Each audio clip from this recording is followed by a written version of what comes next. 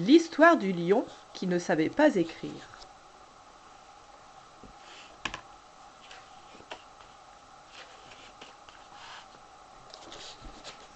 Le lion ne savait pas écrire, mais ça lui était bien égal, car il savait rugir et montrer les crocs.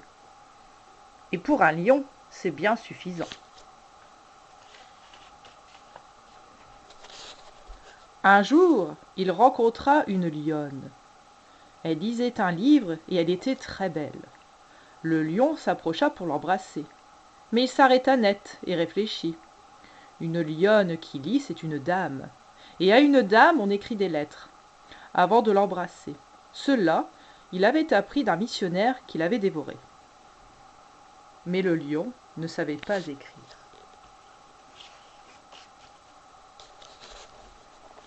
Il alla donc trouver le singe et lui dit « Écris-moi une lettre pour la lionne !»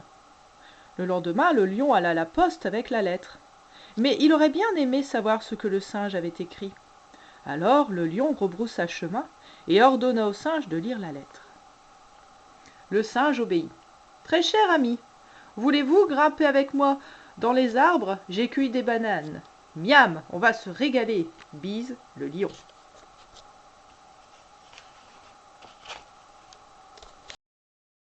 « Mais non !» rugit le lion. « Et je n'écrirai une chose pareille. » Et le lion déchira la lettre. Puis le lion descendit vers le fleuve. L'hippopotame devait lui écrire une autre lettre.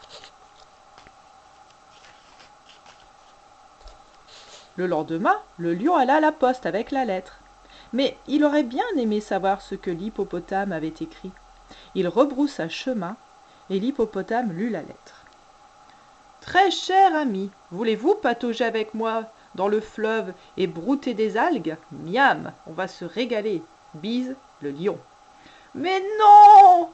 rugit le lion. « Jamais je n'écrirai une chose pareille !»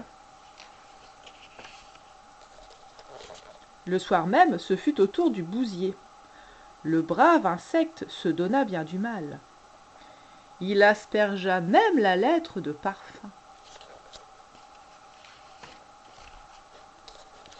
Le lendemain, le lion alla à la poste avec la lettre. En chemin, il croisa la girafe. « Pouah! Qu'est-ce qui sent mauvais comme ça ?» demanda la girafe. « La lettre, » répondit le lion. « Le bousier l'a parfumée. »« Ah bon ?» dit la girafe, « je serais curieuse de la lire. » La girafe lut. « Très cher ami, voulez-vous ramper sous terre avec moi? J'ai une bonne réserve de bouse. Miam, on va se régaler. Bise le lion. »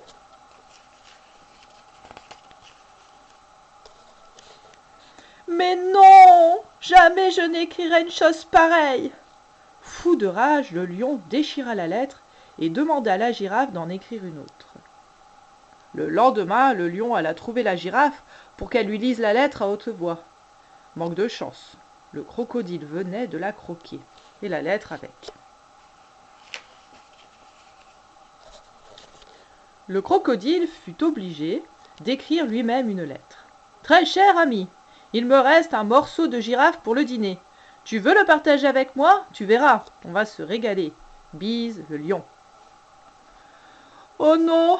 soupire le lion. « Jamais je n'écrirai une chose pareille. » Le lion furieux déchira la lettre et demanda au vautour d'en écrire une autre. Et le vautour écrivit. « Très cher ami, je suis le lion, et c'est moi le grand chef ici. Je veux faire ta connaissance. » Le lion hocha la tête, satisfait. « Oui, c'est exactement ce qu'il aurait écrit. » Le vautour poursuivit. « Et si on volait au-dessus de la jungle? J'ai mis quelques cadavres de côté. Miam, on va se régaler. Bise le lion. »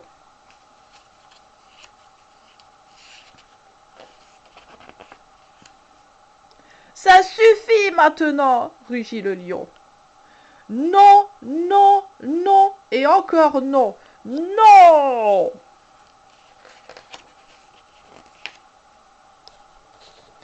Je voulais lui écrire qu'elle est belle. Je voudrais lui écrire combien j'ai envie de la voir. que j'ai juste envie de rester avec elle, allongée tranquillement sous un arbre, et de regarder les étoiles dans le ciel. Ce n'est pourtant pas compliqué. » Et le lion se mit à rugir de toutes les choses tendres qu'il aurait aimé écrire s'il avait pu.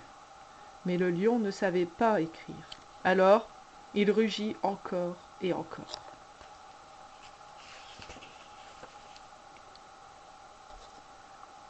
Pourquoi n'avez-vous pas écrit vous-même? Le lion se retourna. Qui a parlé? Moi, dit la lionne, levant le museau de son livre. Et le lion aux grandes dents répondit doucement. Je n'ai pas écrit parce que je ne sais pas écrire. La lionne sourit, donna au lion un petit coup de museau et l'emmena avec elle. A comme apprendre. B, C,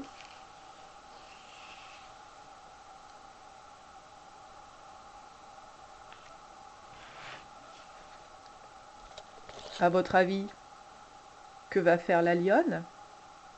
C'est la fin de notre histoire.